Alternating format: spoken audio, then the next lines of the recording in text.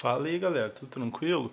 Bom, hoje nós vamos iniciar uma aula agora sobre a característica dos átomos. Vamos falar sobre o número atômico, nêutrons, elétrons, prótons e o número de massa. Bom, vamos lá. Vamos começar com o número atômico, que a gente representa pela letra Z.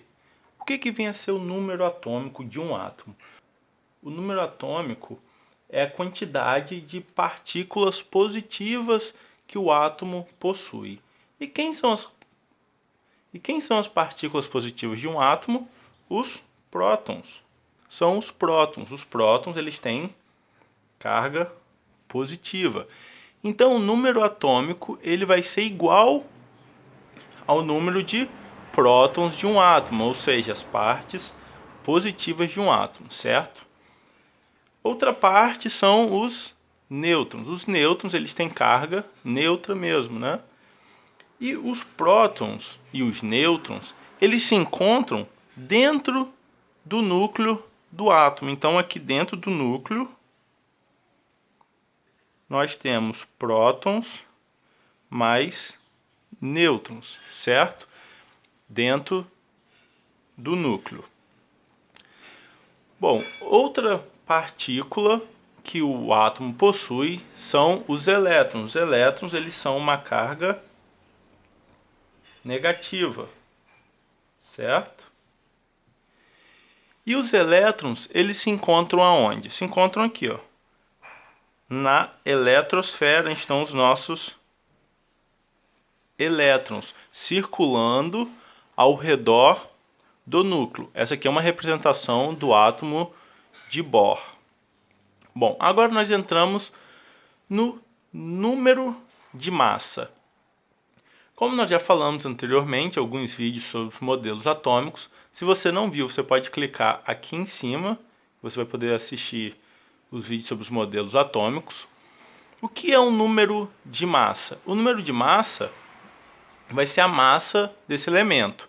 E onde se encontra a massa do elemento? Justamente no núcleo, ou seja, o número de massa que a gente representa pela letra A vai ser somatório do número de prótons mais nêutrons. Por que não os elétrons? Os elétrons eles têm massa praticamente desprezível e se encontram. O número de massa é quem está aonde? Dentro do núcleo, que são os prótons e os nêutrons. Então os elétrons eles não entram, eles têm massa praticamente desprezível. Eu vou apagar aqui para que a gente possa fazer um exemplo. Bom, pessoal, retornando aqui, antes de a gente fazer um exemplo de como calcular o número de massa, vamos olhar essa representação aqui. Isso aqui é um exemplo de um átomo, de um elemento qualquer.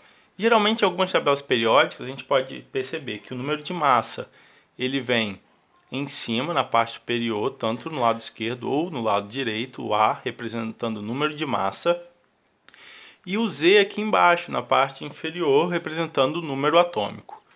E os elétrons aqui também. Mas isso vai depender muito também da tabela periódica. Então, quando você for fazer uma questão e você precisa saber quem é o número de massa, quem é o número atômico, olhe a legenda da tabela antes de você começar a fazer a questão, certo? Porque às vezes ele pode botar o número atômico aqui em cima e a massa aqui embaixo, certo?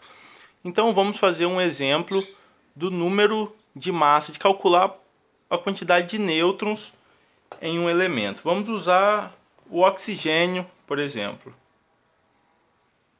Nós temos aqui a representação, esse 8 vai ser o número atômico, que é igual ao número de prótons. E esse 16 representa a massa, certo? Então, como a gente faz para achar o número de nêutrons? É só a gente representar que a massa é igual ao número de prótons mais número de nêutrons. A massa do oxigênio, 16. O número de prótons nós temos, porque o número de prótons é igual ao número atômico, que é 8. Mais N, que é o número de nêutrons que nós queremos descobrir.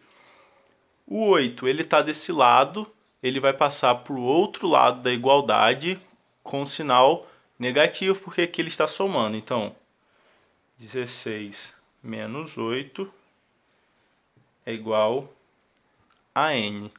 Então, nosso número de nêutrons para o oxigênio é igual a 8.